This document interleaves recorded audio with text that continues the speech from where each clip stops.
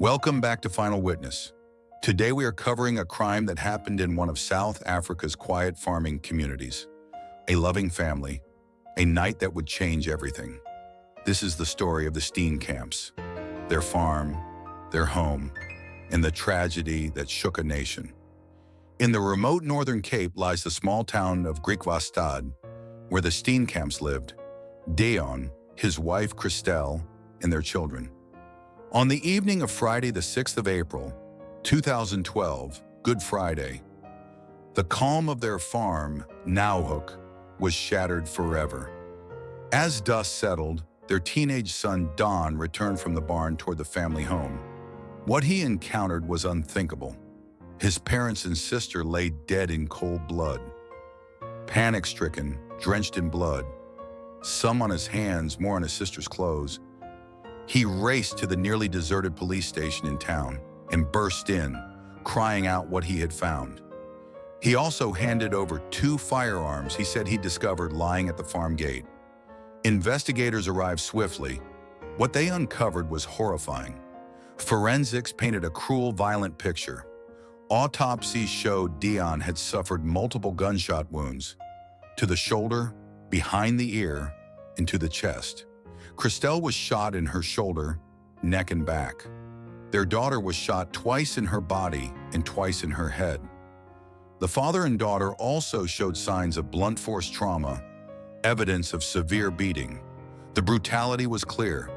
Ballistics tests matched a .357 Magnum revolver and a .22 rifle, the weapons recovered near the house, with the murder weapons. DNA evidence, including a blood-stained t-shirt found at the scene, linked back to the accused teenager.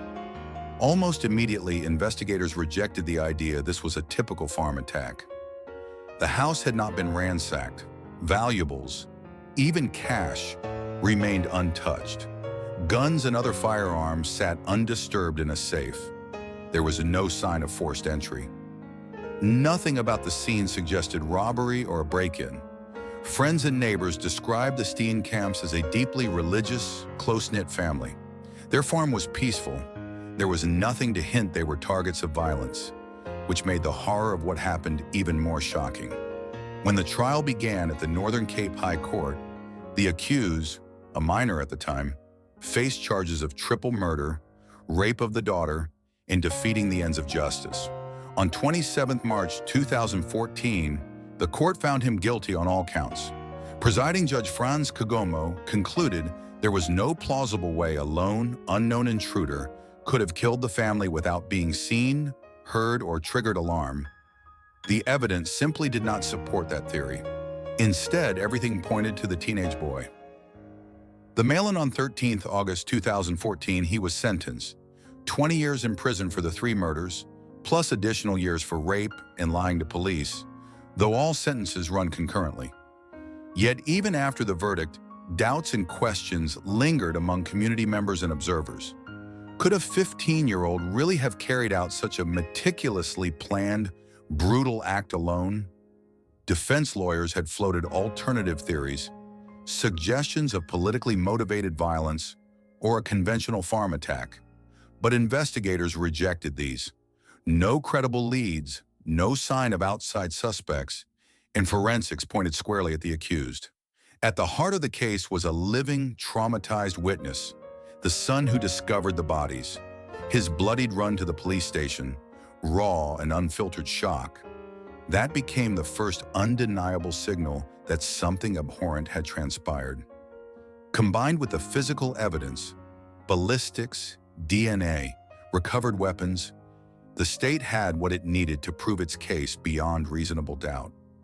The triple murder on Naauwhoek remains among the most harrowing crimes in modern South Africa. It shook a quiet community, stirred painful debates about violence, youth, and rural safety, and left behind a scar that many in Griekwastad say may never fully heal. Thank you for watching. This video was created purely for educational and informational purposes. We honor the memory of the victims and extend our deepest condolences to their family. If this story moved you, please like, subscribe, and share so we can continue telling real stories with care, respect, and honesty.